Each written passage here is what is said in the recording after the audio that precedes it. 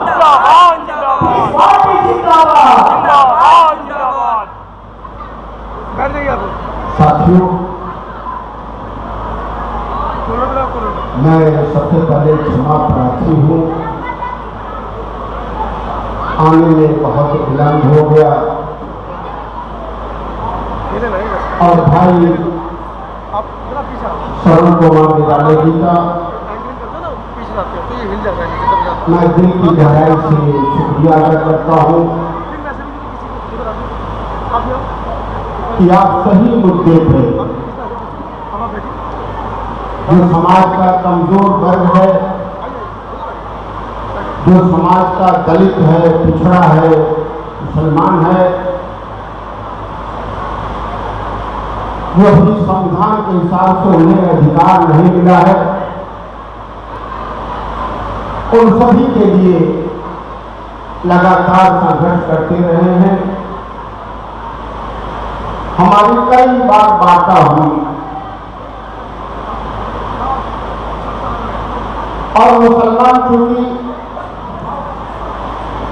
कभी अपने तय राजनीति में संघर्ष नहीं किया है, आजादी के 70 साल तक 75 साल तक दूसरों को सत्ता में लाने के लिए हमेशा संघर्ष किया है। इसीलिए उसके मुद्दे को, उसके विचारधारा को, उसके कार्यशैली को समाज के दलित वर्ग को, पिछड़े वर्ग को और सवर्ण वर्ग को पता नहीं है और वही उसकी क्या समस्याएं हैं उसके लिए पता है। ये बात बिल्कुल सच है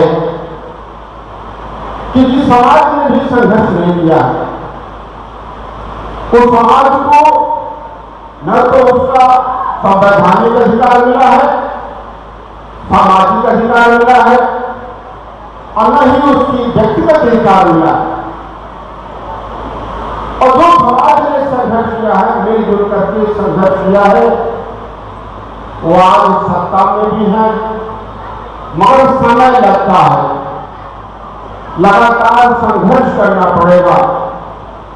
हमारे साथी ने कहा कि अगर बच्चा भी पैदा होता है, अम्बेडकर जन्मोत्सव जी के प्रदेश अध्यक्ष ने कहा कि बच्चा पैदा होता है उसे भी 22 साल लग जाता है कुछ खाने में, कुछ खाने में, और ऐसे ही संगठन होता है।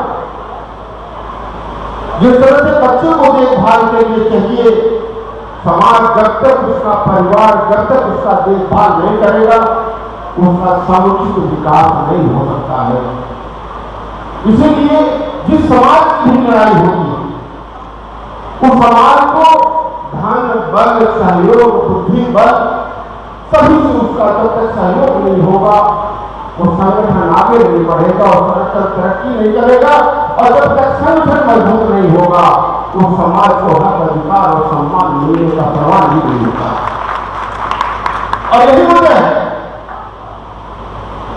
कि जिस समाज ने किया, मैं एक संवेदना जो मेरी अपनी है वो विशेष तौर पर अगर पिछले भाइयों ने भी सम्मान और ये नारा दिया, अधिकार की बात की, सभी सम्मान ने, पिछड़ों ने, दलितों ने और मुसलमान ने उसे सहयोग किया। जब वो सत्ता में आए तो पिछड़े की बात करने के बजाय, दलितों की बात करने के बजाय, मुसलमानों की बात करने के बजाय वो अपने जाति बिरादरी और अपने संप्रदाय में रह गए और यही वजह है कि वो सफल नहीं। वो परमात्मादी भी हो गए, उनकी कार्यशैली, आचार व्यवहार वो सभी सामंतवादियों की तरीके से मिल गया। जैसे लोग सत्ता शासन में रहते हैं वो पिछड़े नहीं रह गए। यही दलित नेताओं के साथ हुआ। दलित नेताओं को जो अधिकार सम्मान मिला वो सिर्फ तत्ववादी हो, एक विशेष समाज के हो गए, बस जिनके बल पर वो अधिकार पाए थे, जिनके बल पर वो सत्ता में आए थे, चाहे वो पूरे दलित समाज हो, पिछड़ा समाज हो, मुस्लिम समाज हो, उनके हक अधिकार को छोड़ करके उनसे बात करने को भी तैयार न है, वो भी एक तरह से सामंतवादी भी हो गए। और यही वजह और यही मुख्य वजह है कि चाहे पिछड़े वर्ग की सब लड़ाई लड़ी हो, अधिकार और सम्मान की दलित वर्ग की लड़ाई हो रही है, मुख्यमंत्री तक पहुंच करके फिर उनकी उन्नत होने के बजाय वो अवनत होते चले गए, क्योंकि वो अपने जात विशेष के लिए काम करने लगे। वो अपने विचारधारा को छोड़ करके बहुजन के विचारधारा को छोड़ करके गरीबों की विचारधारा, उनकी समस्याओं को छोड़ करके वो भी एक सामंतवादियों की तरीके से व्यवहार करने लगे। आचार व्यवहार उसी तरीके से रहा है। साथियों, मैं खास तौर पर मैं आज सभी को मानने वाला भाई से बात हुई, हमने कहा कि मैं जो अंसारी बिरादरी इसे कहते हैं, एक जुड़ाहे समाज से है, उसी तरीके से कुरैशी है, मंसूरी है, रायनी है, इदरीसी है, हलालखोर है, धोबी है, ये सभी बिरादरियां जो आज चाहे वो बुद्धिस्ट हैं, चाहे वो हिंदू हैं और चाहे वो सिख हैं, उन सभी को आज अनुसूचित जाति मिला हुआ है, मगर हम सभी को धर्म के नाम पर आज भी अनुसूचित जाति का हिस्सा नहीं मिला। चाहे 2007 की रंगनाथ मिश्रा कमीशन की रिपोर्ट हो, चाहे 2006 की सत्ता कमेटी की रिपोर्ट हो, उन सभी ने कहा कि अधिकार है, हमें मिलना चाहिए। सुप्रीम कोर्ट में भी 2007 से इस मामले पर चर्चा चल रही है, रिट है, मगर सुप्रीम कोर्ट इसे फैसला देने को अभी तैयार नहीं। साथियों, इसके लिए मुस्लिम समाज को संघर्ष करने की जरूरत है। अभी आपने निराला भाई डिटेल में बात करेंगे जमीन के अधिकार के, सम्मान के अधिकार के, उठाई मुस्लिम समाज के लिए भी, कमजोर कमजोर पिछड़े समाज, दलित समाज और मुस्लिम समाज के लिए, इसलिए मैं उस पर बहुत चर्चा करने नहीं चाहूंगा। आपने देखा है कि ये संविधान के विरुद्ध है। संविधान की धारा 14 से लेकर 34 तक ये सबको बराबर अधिकार देती, न तो किसी का अधिकार दिया जा सकता है और किसी का अधिकार लिया जा सकता है। धर्म के नाम पर नहीं दिया जा सकता है, न तो लिया जा सकता है। मगर मुस्लिम समाज 10 अगस्त 1950 से इस त्रासदी का, ये धार्मिक भेदभाव का शिकार है और वो इसीलिए शिकार है। उसने कभी संघर्ष नहीं किया। अगर वो संघर्ष किया होता तो उसे ये अधिकार मिला होता, उसे ये सम्मान मिला होता, आज वो उपेक्षित नहीं होगा, आज वो अधिकार नहीं मिला। इसीलिए पीस पार्टी और अम्बेडकर जन मोर्चा ने एक नारा दिया है कि दलित मुसलमान जागो और अपना हिस्सा मांगो। ये नारा दिया। दलित मुसलमान करो विचार, कब तक होगे अत्याचार? अत्याचार हम सहने के लिए विरोध करते रहे, हमने अत्याचार के विरुद्ध विरोध तो किया, मगर हमने अपना हिस्सा नहीं मांगा, अपना हिस्सा नहीं लिया। इसलिए हमें हिस्सा नहीं लिया।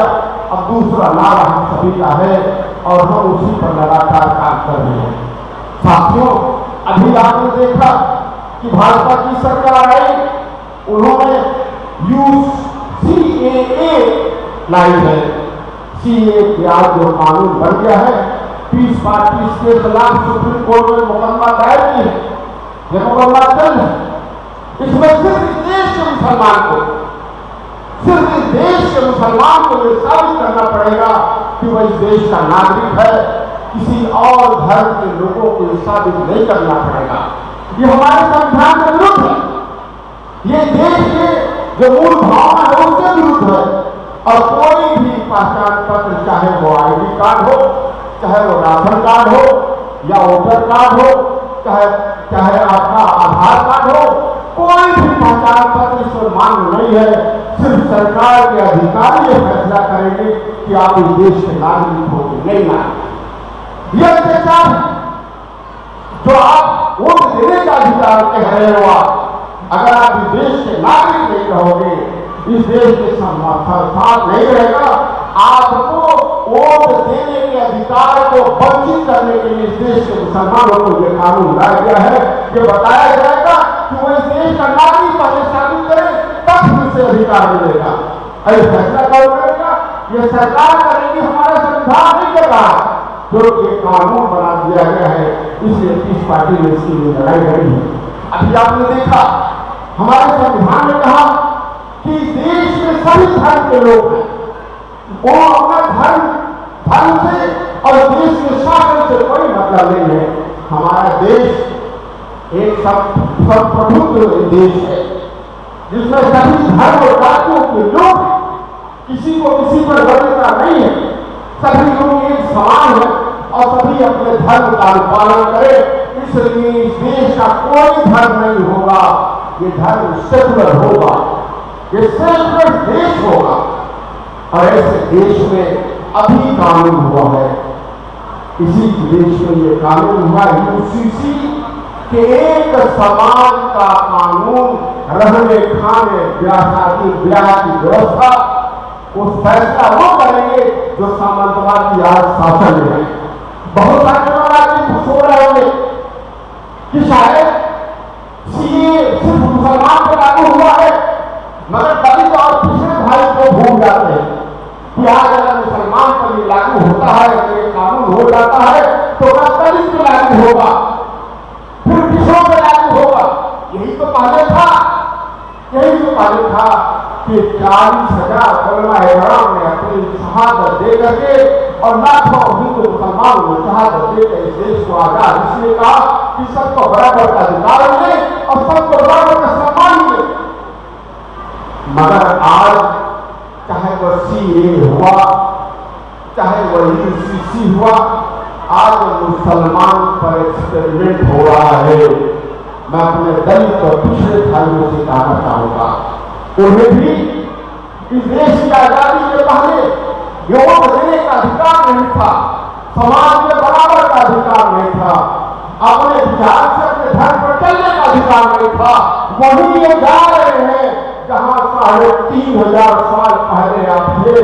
न तो शिक्षा का अधिकार, न तो सुरक्षा का अधिकार, न तो जीने का अधिकार, न तो रहने का अधिकार, सारे अधिकार ये छीनना चाहते हैं। अभी सिर्फ मुसलमान है, बांट करके, चाहे मंदिर मुद्दे पर, चाहे गाय और गोबर के मुद्दे पर, चाहे मस्जिद और मंदिर के मुद्दे पर, ये बांट करके नफरत से पैदा करते हैं कि पहले दूसरे समाज को मुसलमानों को हटा दिया जाए, एक बार मुसलमान के साथ, फिर दलित के साथ, फिर पिछड़ों के साथ। इसलिए साथियों, आज सतर्क और सावधान रहने की जरूरत है। अगर हम सतर्क और सावधान रहेंगे, अगर हम देश और समाज के लिए सही तरीके से लड़ेंगे, संघर्ष करेंगे, तो हम कामयाब होंगे।